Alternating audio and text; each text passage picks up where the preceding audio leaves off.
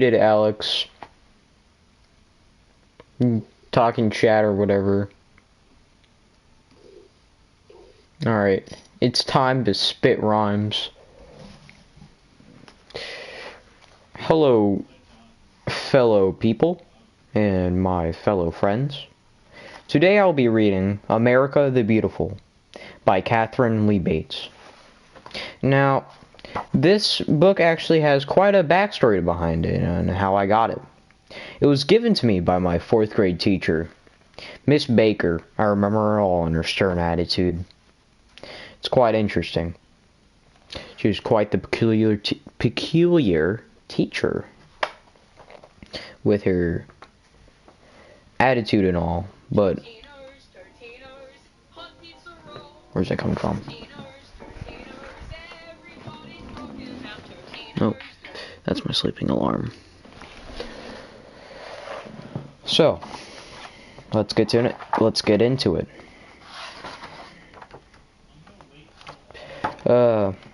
Introduction to America the Beautiful. In 1893, Katharine Lee Bates journeyed from her Cape Cod home by train west to Colorado. It was a trip that would change her life and change America. It was the first time the young poet and professor of English experienced the diversity and vastness of our great land. She kept a diary in which she expressed her thoughts about what she saw. One day, she trekked to the summit of Pikes Peak and would later record in that diary impressions of excitement she felt about the magnificent view. Those diary jottings were the beginning of an idea for the poem America the Beautiful. For more than a century, Americans have been singing the inspiring words to Katharine Lee Bates' poem with great love for our country. America the Beautiful means something. America the Beautiful means something special to each and every one of us. We conjure up images as we sing, and I'm certain that each of us has a unique vision. The paintings in this book are the images that come to mind when I sing the words, and I think about all the beautiful places I have visited in my travels across the United States. I think about the poem's timeless message and how it reminds me of America's history and those who have contributed to America's greatness. It is my sincerest wish that Katharine Lee Bates' words in my paintings will serve as a reminder to children and parents of America's gifts. May you always enjoy her natural beauty and help preserve it. May you feel her pride of spirit, and may you make your own contributions to keep America great. Wendell Miner. And the book is by Wendell Miner, but the poem is made by Katharine Lee Bates. I realize now, reading that in the introduction. So,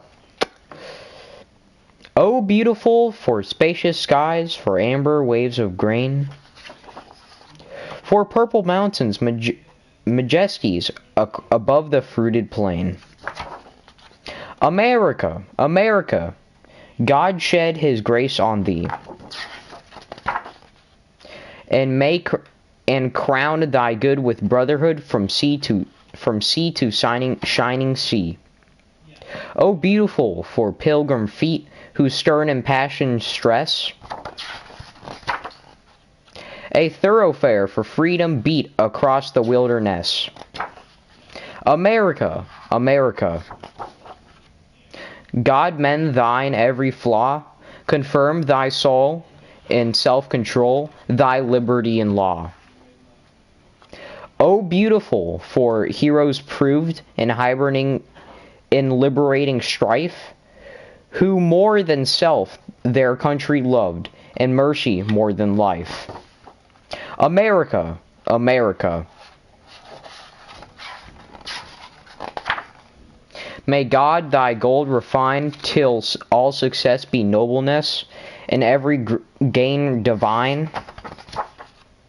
O beautiful for patriot dream that sees beyond the years. Thine alabaster cities gleam undimmed by human tears. America, America.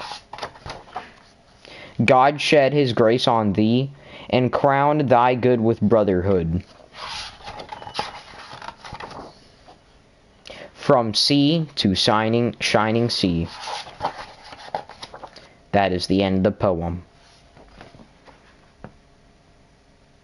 The bars are too hard. Yes, the bars are very hard. The bars go ham.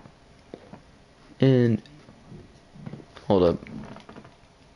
Our friend here, Alex, is talking. Hammer though? Yes. Why can I be heard on this stream? Because I have my mic out, Alex. Oh. Don't say the N-word. I'm not gonna say the N-word, I swear. Don't say the N-word. But, I must say, It's kinda crazy. yes.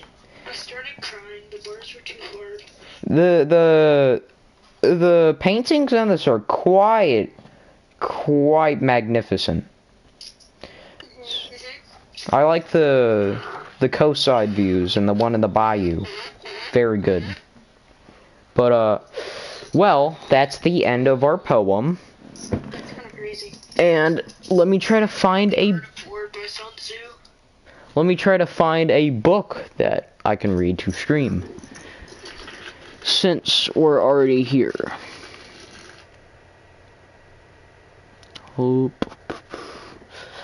Let's see.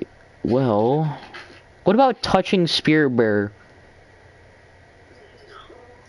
Do you want Touching Spirit Bear? What is that? It's about a kid that almost gets mauled by a bear. Yes. Okay. I just got it a month ago. 'Cause my 5th grade teacher read it to our class. And I want an excuse to read it. Oh! I just fell in my chair. Okay. Ladies and gentlemen, and friends alike, today we'll be reading Touching Spirit Bear by Ben Michelson. Michelson. And that is spelled BenMikelsen.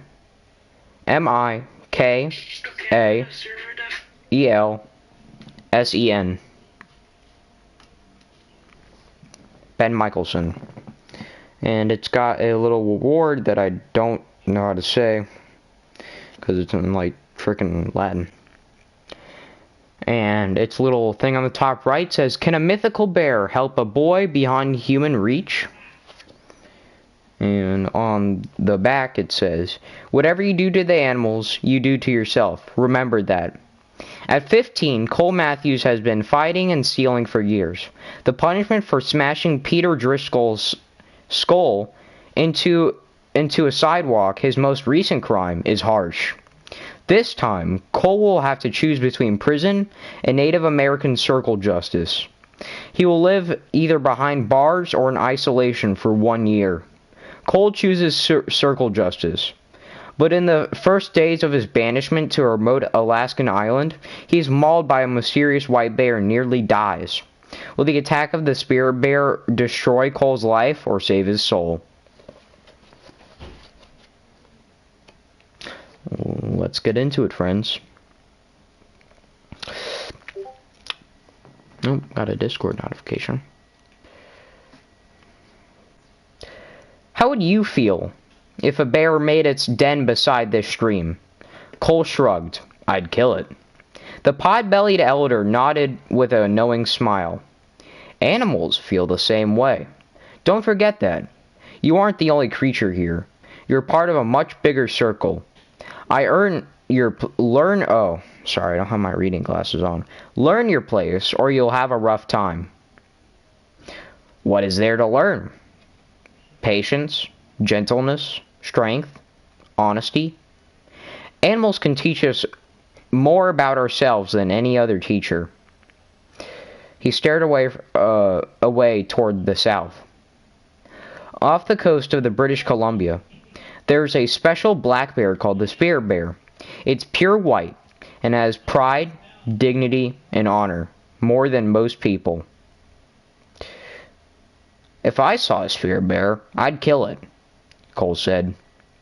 Edwin tightened his grip on Cole as if in a warning. Whatever you do to the animals, you do to yourself. Remember that. And the way I remembered this book was because my 5th grade teacher read this to our class. Jonathan Pastoff. Can't forget him. So if I touch an animal, I touch myself. Perhaps. Don't whack off an animal. Don't do it, Alex. But, yeah, he read it to the class. Also a very good teacher. And, yeah. Very good teacher, read it to the class. Favorite animal was a bear. I remember one time. Yeah, very cool teacher. Very tall dude. So...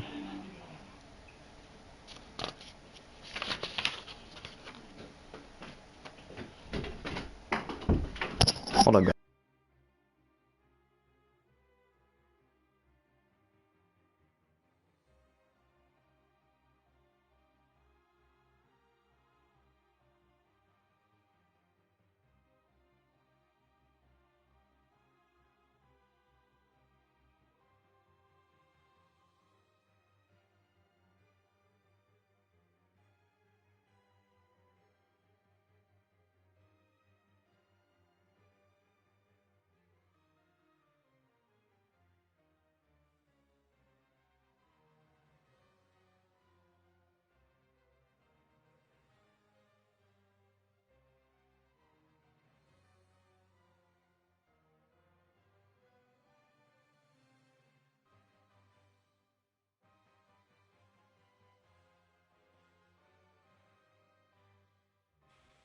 Sorry, guys.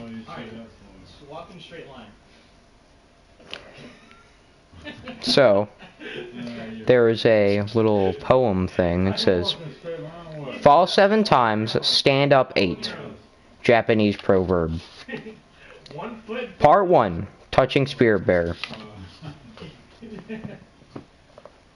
Sorry if you hear anything in the background. That's my brother and my dad. Cole Matthews knelt defiantly in the bow of the aluminum skiff as he faced forward into a cold September wind. Worn steel handcuffs bit at his wrists at each time the small craft slapped into another wave. Overhead, a small, matted sky hung like a bad omen. Cole strained at the cuffs, even though he had agreed to wear them until he was free on the island to begin his banishment. Agreeing to spend a whole year alone in a southeast Alaska had been his only way of avoiding a jail cell in Minneapolis. 2 men accompanied Cole on this final leg of his journey. In the middle sat Garvey, the gravelly-voiced, wisecracking Indian parole officer from Minneapolis. Garvey said he was Tlingit Indian. Pronounced Tlingit. Klingit? What? Proudly, with a clicking of his tongue, I was saying Klinglet. Klinklet. I'm just gonna say, Tlingit. Tlingit? He was built like a bulldog with lazy eyes. Cole didn't trust Garvey. He didn't trust anyone who wasn't afraid of him.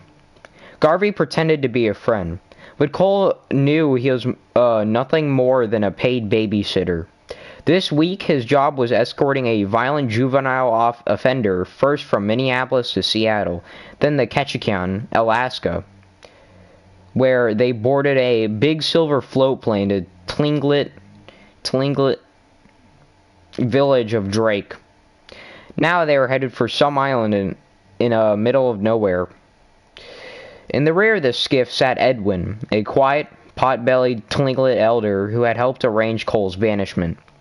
He steered the boat casually, a faded blue t-shirt and baggy jeans, his only protection against the wind.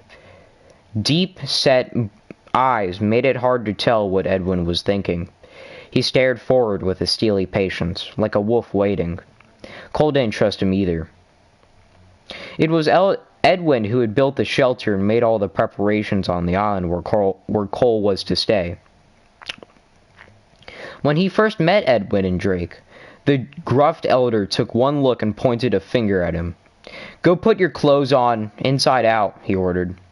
"Get real, old man," Cole answered. "You'll wear them reversed for the first 2 weeks of your banishment to show humility and shame." Humility and shame. Edwin said with his voice hard as stone. Then he turned and shuffled up the dock and towards his old rusty pickup. Cole hesitated, eyeing the departing elder. "Just do it," Garvey warned. Still standing on the dock in front of everyone, Cole smirked as he undressed. He refused to turn his back as he slowly pulled each piece inside out, even his underwear. Villagers watched from the shore as he finished changing, bracing himself now against the heavy seas. Cole held that same smirk. His blue jeans, heavy wool shirt, and rain jacket chafed his skin, but it didn't matter. He would have worn a cowbell around his neck if it meant avoiding jail. He wasn't a Tlingit Indian. He was an innocent-looking, baby-faced 15-year-old from Minneapolis who had been in trouble with the law half of his life.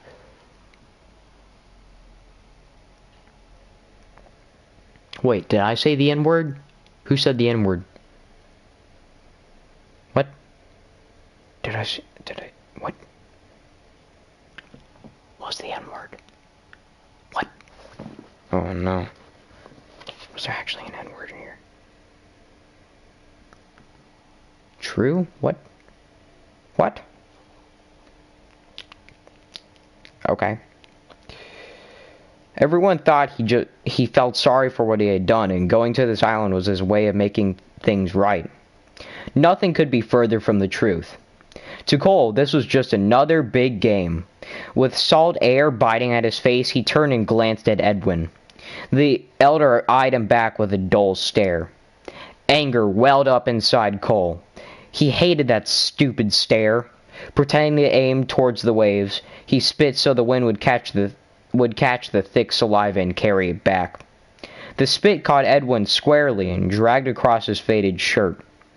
Edwin casually lifted an oil rag from the bottom of the skiff and wiped away the slime, then tossed the rag back under his seat and again fixed his eyes on Cole. Cole feigned surprise if he had made a horrible mistake, then twisted it at his handcuffs again. What was this old guy's problem anyway?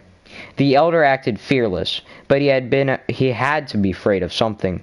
Everyone in the world was afraid of something. Cole thought back to all the people at home who had tried to help him over the years. He hated their fake concern. They didn't really care what happened to him. They were gutless. He could see it in their eyes. They were afraid, glad to be rid of him. They pretend to help only because they didn't know what else to do. 4 years, help had meant sending him across drug counseling and anger therapy sessions. Every few months, Cole found himself being referred to somebody else. He discovered early on that being referred was adult turn for passing the buck. Already he had seen inside of a dozen police stations, been through as many counselors, a psychologist, several detention centers, and 2 residential treatment centers. 2 residential treatment centers. Oh, drugs, okay. I'll let hold up. Each time he got into trouble, he was warned to shape up because this was his last chance. Even the day he left for the island, several of those who gathered to see him off, including his parents, had warned him, "Don't screw up. This is your last chance." Cole braced himself for the next big wave. Whatever happened, he'd always count on having one more last chance. Not that it really mattered. He had no intention of ever honoring the contract that he agreed to during the Circle Justice meetings. As soon as they left him alone, this silly game would end. Circle Justice was a bunch of bull. They were crazy as if they thought he was going to spend a whole year of his life like some animal trapped on a remote Alaskan island. Cole twisted at the handcuffs again. Last year, at this time, he had never even heard of Circle Justice. He hadn't even heard of it until the latest arrest for breaking into a hardware store. After robbing the place, he totally trashed it. The police might have not caught him, but after a week passed, he bragged about the break-in at school. When someone ratted on him, the police questioned Cole. The police questioned Cole. He denied the break-in, of course. Then he beat up the boy who turned him in. The kid, Peter Driscoll, was a ninth grader Cole had picked on many times before just for the fun of it. Still, no one ratted on Cole Matthews without paying the price. That day, he caught up to Peter in the hallway at school. "You're a dead man," he warned the skinny red-haired boy, giving him a hard shove. He laughed when he saw fear in Peter's eyes. Later, after school, Cole cornered Peter outside in the parking lot. With anger that had been brewing all day, he attacked him and started hitting him hard in the face with his bare fist. Peter was no match, and as soon as Cole had pounded him bloody, a dozen students stood watching. When Peter tried to escape, he tripped and fell to the ground. Cole jumped on Inigo and started smashing his head against the sidewalk. It took six other students to finally pull him away. But then, Peter was cowering on the blood-smeared sidewalk, sobbing. Cole laughed and spit at him even as he was being held back. Nobody crossed Cole Matthews and got away with it. Because of his vicious attack on Peter Driscoll, Cole had been kept at a detention center while the courts decided what to do with him. His white-walled room was bare except for a bed and a gray blanket, a toilet without a punch meat equals sad? What does that mean? A toilet without a cover, a shelf for clothes, a cement table, and a bare window facing into the center group area. The place smelled like cleaning disinfectant. Each night, guards locked the room's thick steel door. They called this detention space a room. But Cole knew it was really a jail cell. A room didn't need a locked steel door. During the day, guards allowed Cole to go in the central group area with the other juveniles if he wanted to. He could read, watch TV, or just talk. They expected him to do schoolwork with a tutor that came every day. What a joke. This was no school, and he was no student. Cole did as little as absolutely possible, keeping to himself. The other detainees were just a bunch of losers. Cole figured he wouldn't have even been here if Peter Driscoll had known to fight back. Instead, Peter was hospitalized. Doctors' reports warned that he might suffer permanent damage. "Serves him right," Cole mumbled as he was first told of Peter's condition. What angered Cole the most was after this latest arrest were his parents. In the past, they had always come running with a lawyer, offering to pay damages and demanding his release. They had enough money and connections to move mountains. Besides, they had a reputation to protect. What parent would wanted the world to know that their son was a juvenile delinquent? All Cole did was pretend he was sorry for a few days until things blew over. But that was how it had in the past before his parents got divorced. This time, he hadn't been freed. He was told that because of his past record and the violence of his attack, he'd be kept locked up until his prosecutors filed a motion to transfer him to adult court. Even Nathaniel Blackwood, the high-priced criminal defense lawyer hired by his dad, told Cole that he might be tried as an adult. If convicted, he would be sent to prison. Cole couldn't believe his parents were letting this happen to him. What jerks. What jerks. He hated his parents.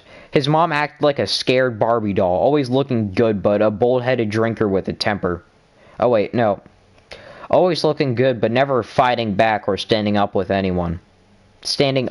anyone. His dad was a bull-headed drinker with a temper. He figured everything was Cole's fault. Why wasn't his room clean? Why hadn't he emptied the garbage? Why hadn't he mowed the lawn? Why was he alive? "I never want to see your ugly faces again," Cole shouted at the lawyer and his parents after finding out he wouldn't be released. But still, his parents tried to see him. Because of their divorce, they visited separately. That's how much they thought about themselves and thought about him. Cole thought. They could even swallow their dumb pride and visit together. During each visit, Cole relaxed on his bed and pretended to read a newspaper, completely ignoring them. He liked watching his parents, especially his dad, squirm and get frustrated. Some days, his dad got so mad, he turned beet red and twitching because he couldn't lay a finger on Cole without the guards watching. With the guards watching. Finally, his parents quit trying to visit. Even Nathaniel Blackwood quit stopping by except when the hearings and depositions required his presence. Cole didn't like the lawyer. Blackwood was a stiff man and spoke artificially, as if he was addressing an audience through a microphone. Cole swore he wore starch on everything. Starch? Yeah, that's right, starch. On everything, judging by how he walked, that including his underwear. The only person who insisted on visiting regularly was Garvey, the stocky youth probation officer who stopped by the detention center almost daily. Cole couldn't figure Garvey out. He knew the probation officer was super busy, so why'd he visit him so often? What was his angle? Everyone had an angle or something they wanted to do, or something they wanted. Until Cole could figure out what Garvey wanted, he resented the visits. He didn't need a friend or a babysitter. During one visit, Garvey asked casually, "I know you're in control, champ, but have you ever considered applying for circle justice?" What's circle justice? It's a healing form of justice practiced by all native cultures for thousands of years. "I'm no Indian," Cole said. Garvey spoke patiently. "You don't have to be a Native American or First Nation. Anyone can love, forgive, and heal. No one has a corner on that market." "What's in it for me?" Garvey shook his head. "If you kill my cat, normally the police will find you and that's it. We still hate each other and I still feel bad about my cat. And you're angry because you have to pay a fine. In circle justice, you sign a healing contract. You might agree to help me pick out a new kid and pay for it as part of the sentencing." "Why would I want to take care of a dumb cat?" "Because you've caused my cat and me harm. By doing something for me and for another cat, you help make things right again." "What if I don't care about you or your dumb cat?" "Then do it for yourself. You're also a victim. Something terrible has happened to you to make you want to kill a small, poor animal." Cole shrugged. Feeding a dumb cat beats paying a fine. A fine. Garvey smiled and slapped Cole in the back. "You just don't get it, do you, champ?"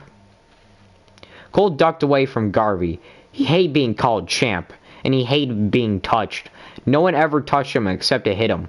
That's how it would have been as long as he could remember. "Circle justice tries to heal, not punish," Garvey explained. "Your lawyer might take you to a zoo to help you appreciate animals more. The prosecutor might have you watch a veterinarian operate for days to realize the value of life. The judge might help you on the weekend to make up birdhouses as repayment for the animal kingdom for something you destroyed. Even neighbors might help in some way." Cole's one rotten little boy. Yeah, well, his dad beat him. Yeah.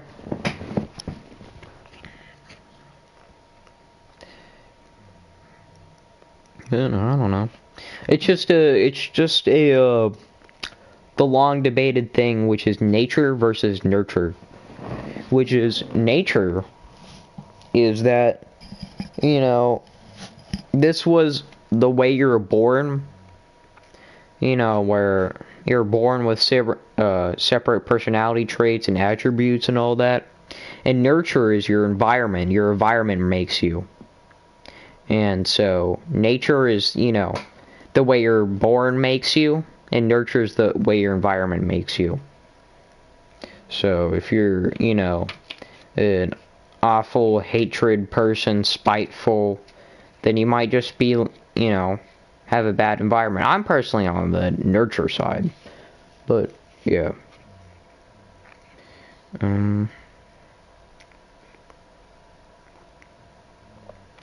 They actually do this stuff here in Minneapolis? Garvey nodded. It's a new trial program. Other towns and cities are trying it too.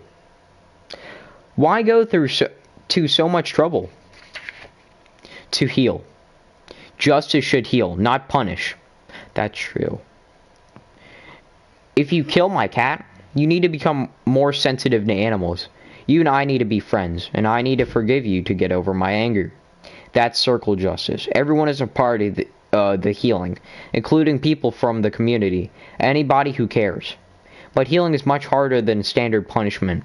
Healing requires taking responsibility for your actions. Cole bit at his lip. So would this get me out of going to jail? It's not about avoiding jail, Garvey said. You go to jail angry, you stay angry. You go with love, and that's how you come back. This is all about how you do something, not what you do. Even jail can be positive if you go in with a good heart. I will say this, however. Usually the jail sentence, if there's one, is reduced under circle justice. That's all Cole needed to hear. He knew what game to play. How do I get in the circle justice stuff? He asked innocently. Garvey placed a hand on Cole's shoulder. I'll get you an application, he said. But you're the one who starts the process in your heart. He tapped Cole's chest. If you don't want change, this will never work.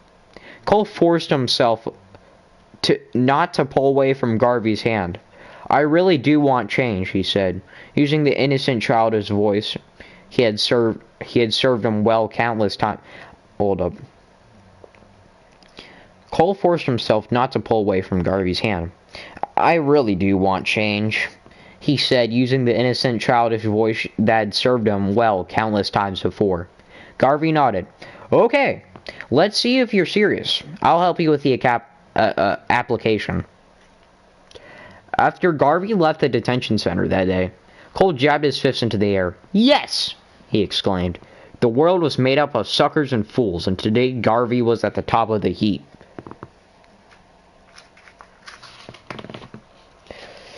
Chapter 2. Hold up, gamers. I'm gonna go get a little drinky drink. Because this Papa Chumbo needs a little moisture.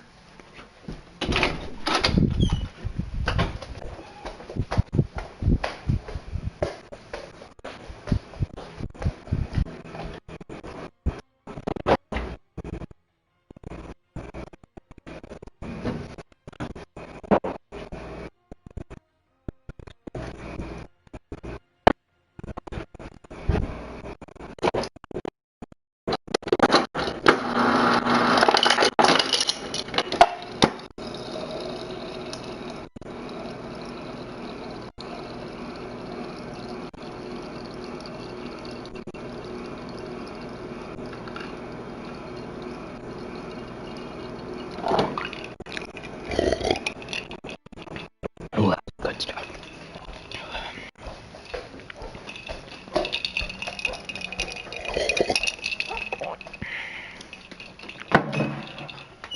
Go get some alcohol. I unfortunately do not have alcohol. Well, I can't drink it, and I don't want to drink it.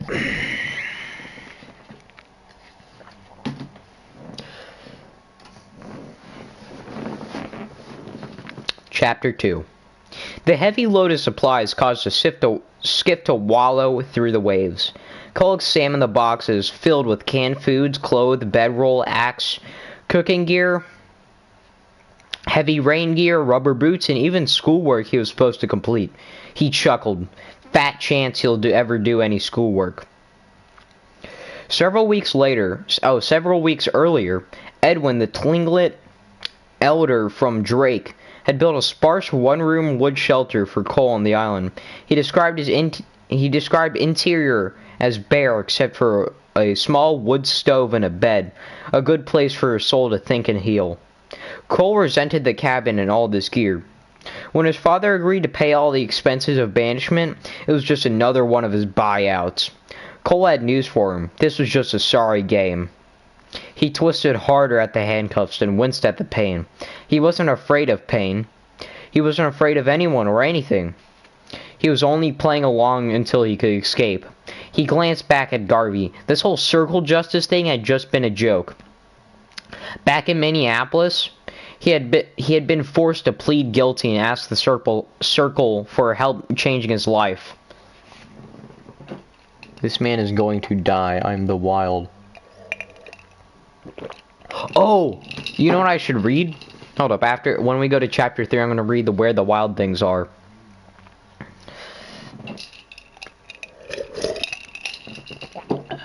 I'm drinking water from a mason glass. Water from a mason jar.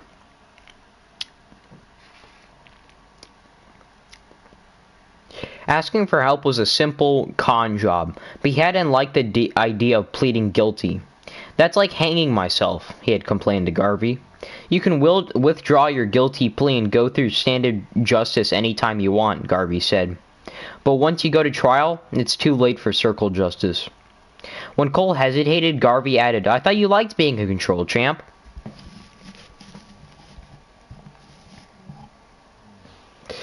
Cole didn't trust anyone, but what choice did he have? Okay, he answered reluctantly, but if you're lying, you'll be sorry. Garvey feigned surprise. Let me get this straight. Well, let me get this straight, champ. You figure I'm scared of you? You can trust me? He smiled thinly. You sure have a lot to learn about trust.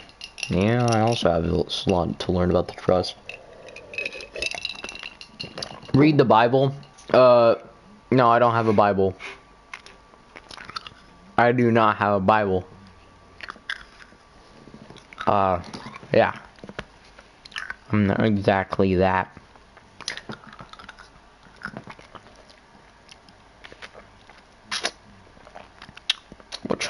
Quit calling me champ, Cole mumbled.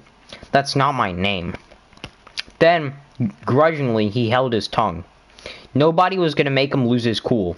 This was a game he was playing to win. So, he asked, how soon do I start this circle justice stuff? Hold on. You can apply, but that doesn't mean you're automatically accepted. First, the Circle Committee will visit you. They'll talk to Peter Driscoll and his family, your parents, and others to decide if you're serious about wanting change.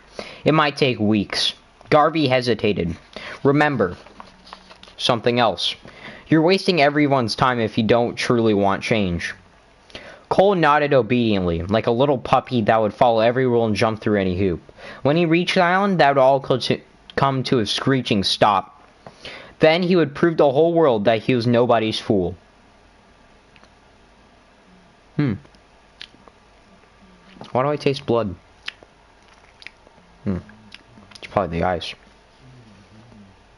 Cole heard the motor slow and realized that Edwin was guiding the skiff towards a protected bay on the large island ahead. The distant green-black forests were shrouded in gray mist. Cole spotted the tiny shelter that had been built for him near the trees, above the shoreline. Black tar paper covered the small wooden structure. Cole spit again at the waves. If these fossils really thought he was going to live in that shack for a whole year, they were nuts. As the skiff scraped the rocks, Garvey jumped out and pulled the boat ashore. Still handcuffed, Cole crawled awkwardly over the bow and onto the slippery rocks. Edwin began to immediately unload the supplies. Why don't you take my handcuffs off and let me help? Garvey and Edwin ignored his question. One at a time, they carried the heavy cardboard boxes up the shelter and stacked them inside the door. When they finished, Edwin motioned for Cole to follow him up into the mossy bench of ground above the tide line.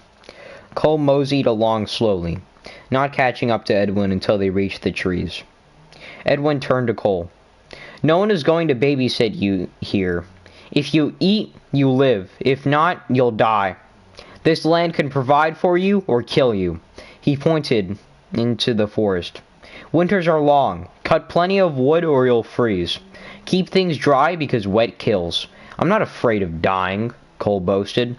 Edwin smiled slightly. If death stares you straight into the eyes, believe me, son, you'll get scared. He pointed to a tall plant with snake-like branches. This island is covered with Devil's Club. Don't grab it, or hundreds of tiny thistles will infect your hand and make them swell up like sausages. Edwin motioned towards the head of the bay, a quarter away. That stream over there is where you'll get fresh water. Why didn't you put my camp closer to the stream? Other animals will come here for water too, Edwin said. How do you feel if a bear just made its den beside the stream? Cole shrugged. I'd kill it. The Podbelly elder nodded with a knowing smile. Animals feel the same way. Don't forget that. He turned to Cole and placed a hand on his shoulder. Cole tried to pull away, but Edwin's grip grabbed him like a clamp. You aren't the only creature here. You're part of a much bigger circle. Learn your place or you'll have a rough time. Diary of the Wimpy Kid, the deep end. I don't have Diary of the Wimpy Kid, the deep end. Sucky, sucky.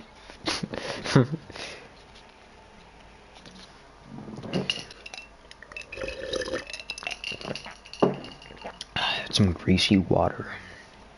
Some good water.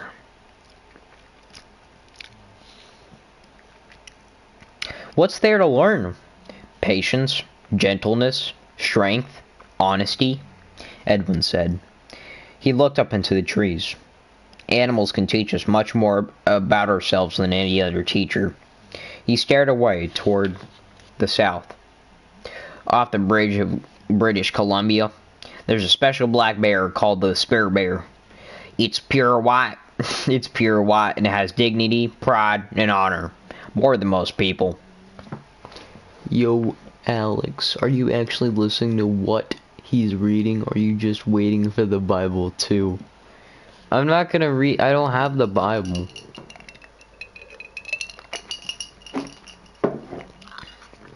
I'm gonna read Where the Wild Things Are later. After I get to chapter 3.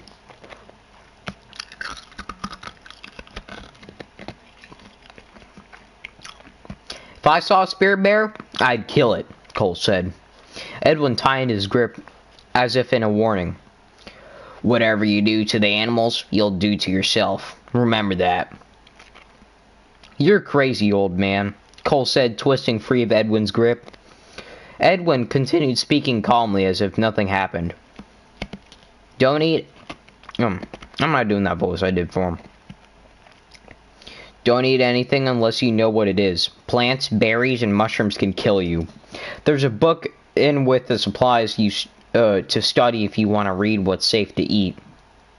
If you want to learn what's safe to eat. I suggest you read every word.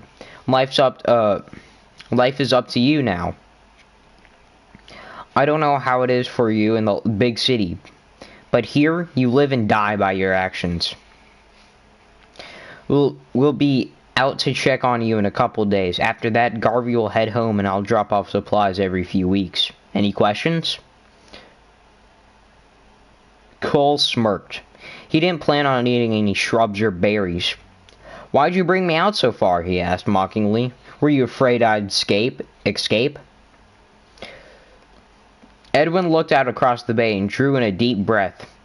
Years ago, I was brought here myself when my spirit got lost. This is a good place to find yourself. This place sucks, Cole mumbled. Wait, this place sucks, Cole mumbled. Edwin pulled out a key and turned Cole roughly around to remove his handcuffs. Anger keeps you lost, he said as he started back towards the shelter. You can find yourself here, but only if you search. Rubbing at the raw skin on his wrist, Cole followed. Garvey stood outside the shelter as they walked up to it. He held out a small bundle to Cole. What's this? Cole asked, unfolding a heavy wool blanket woven with colorful red and blue images of a totem pole. Stop it. Alright, I'll read you a bedtime story at chapter 3, Where the Wild Things Are. It's a little short story. Tlingits called Atwu Atwoo? Like a towel, but without the L. A towel? Towel? Towel? A towel? Oh, okay. It's something you inherit. This blanket has been handed down many generations in my family. It once belonged to one of our chiefs and is a link to our... Hold up, how many pages?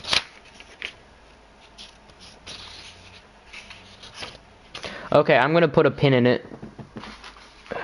Because...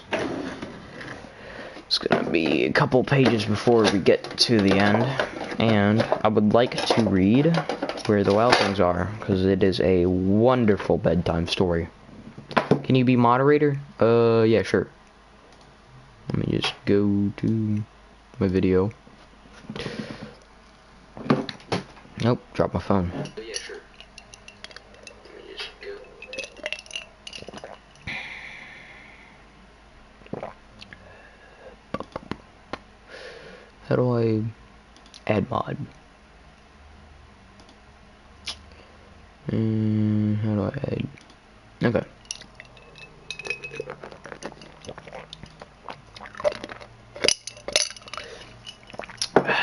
Let me see.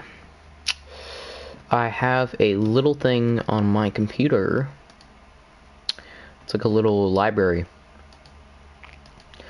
Where the Wild Things Are.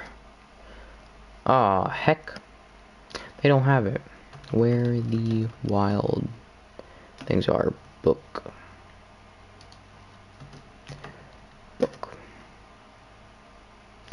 Darn.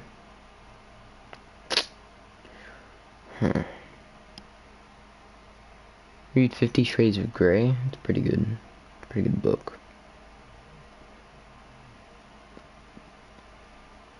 Want to read Naughty Boys.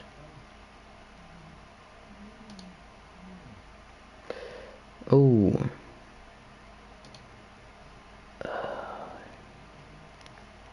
Darn it. Uh-oh. My computer's dying. What? No.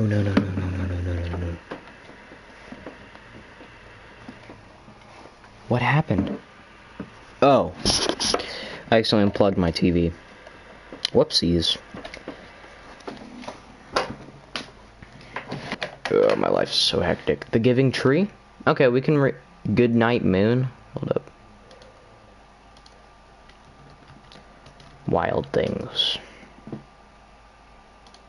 Preferences. Apply.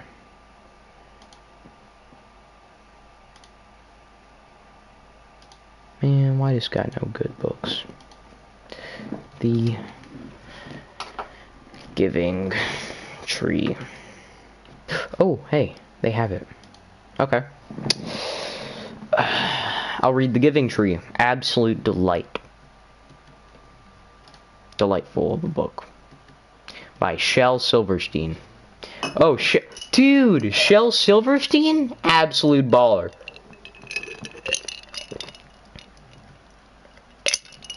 A Light in the Attic is awesome. Read Goodnight Chernobyl. Alright, well, I'm gonna read The Giving Tree by Shel Silverstein. For Nikki.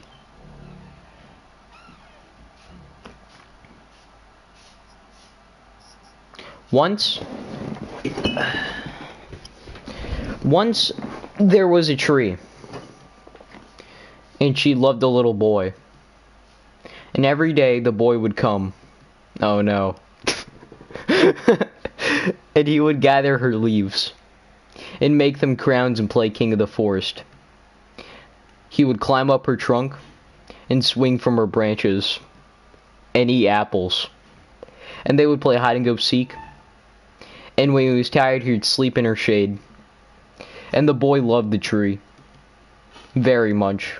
And the tree was happy. But time went by. And the boy grew older. The tree was often left alone. Was often alone. Then one day, the boy came to the tree. And the tree said, Come, boy. Come and climb up my trunk and swing from my branches and eat apples and play in my shade and be happy. I'm too big to play, said the boy. I want to buy things and have fun. I want some money. Can you give me some money?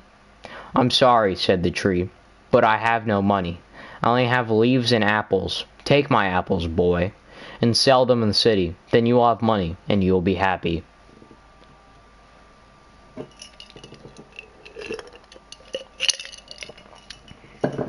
And so, the boy climbed up the tree and gathered her apples and carried them away. And the tree was happy. Read the start of the book again? Okay.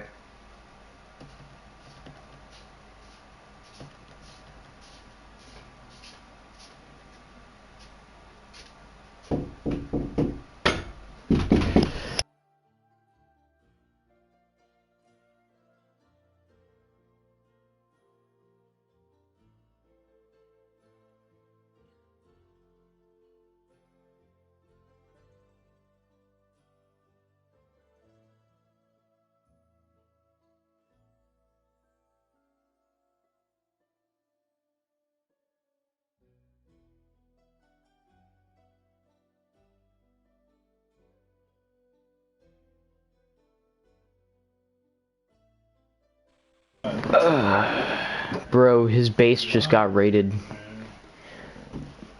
Once, there was a tree. And she loved a little boy. And one day, the boy would come and gather her leaves and make them into crowns and play king of the forest. He would climb up her trunk and swing from her branches and eat apples. And they would play hide and go seek. And when he was tired, he would sleep in her shade. And the boy loved the tree very much, and the tree was happy.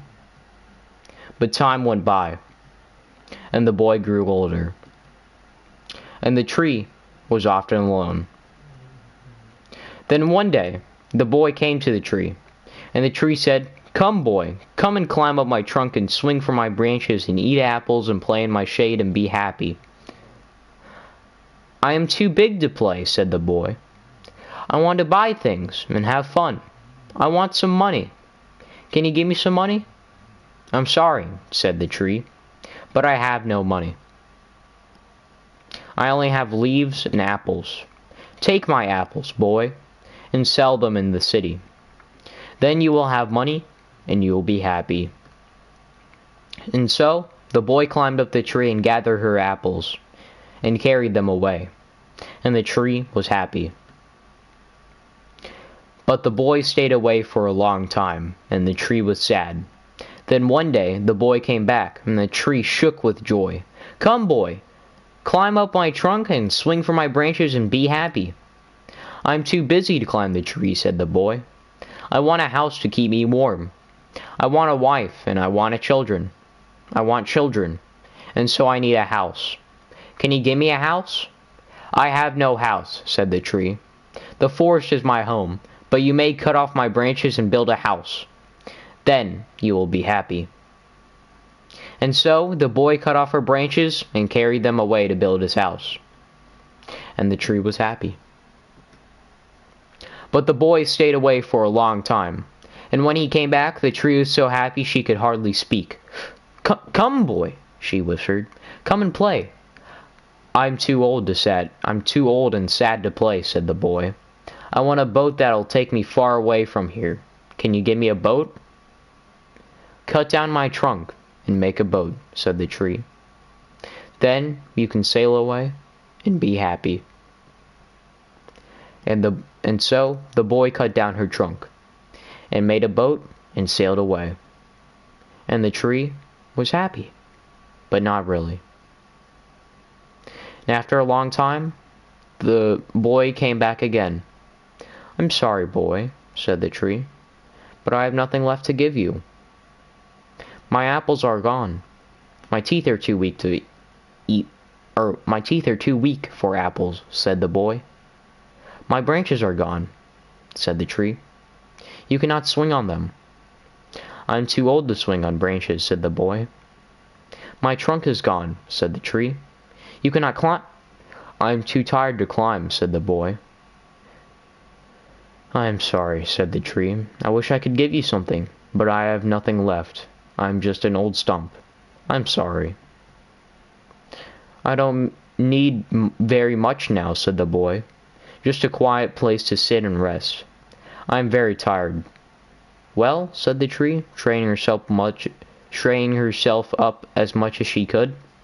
Well, any old stump is good for sitting and resting. Come, boy, sit down and rest. And the boy did. And the tree was happy. The end.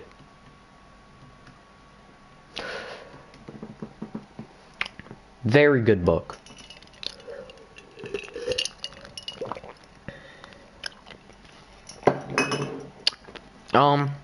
What I think the poem is a metaphor for, or what I think the message behind it, is that there'll be people in your life who will give everything to see you happy, and, you know, soon when they're old and, you know, they'll do anything to see you happy. And you should cherish those people in your life and remember them and, you know, help them too. And the tree just wanted to see the boy happy, and I think it's a very good book.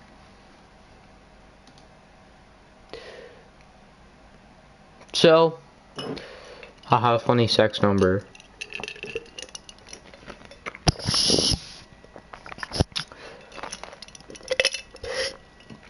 Well,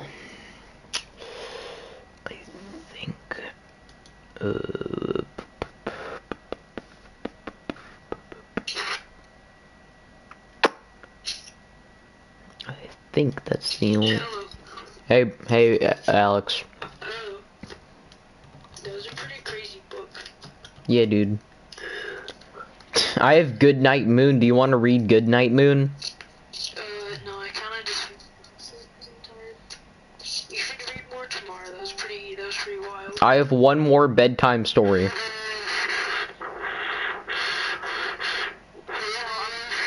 Would you like to hear one more bedtime story? No, I'm going to sleep naturally. Yes.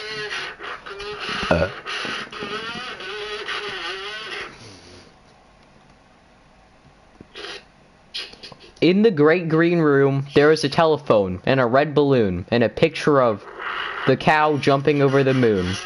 And there are 3 bears sitting on chairs, and 2 little kittens and a pair of mittens, and a little toy house and a young mouse, and a comb and a brush and a full of mush, and a quiet old lady whispering hush.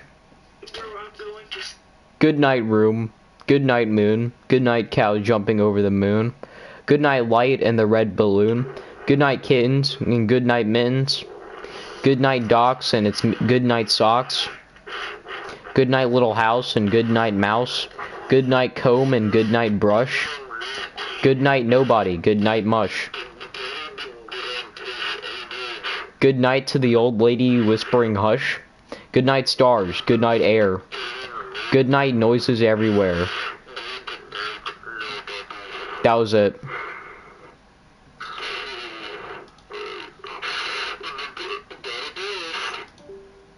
That was Cancer. Alright. Well, it seems today that that'll be the end of my time for today. It was quite delightful reading to you guys. And I wish you a very pleasant night. Goodbye, my friends.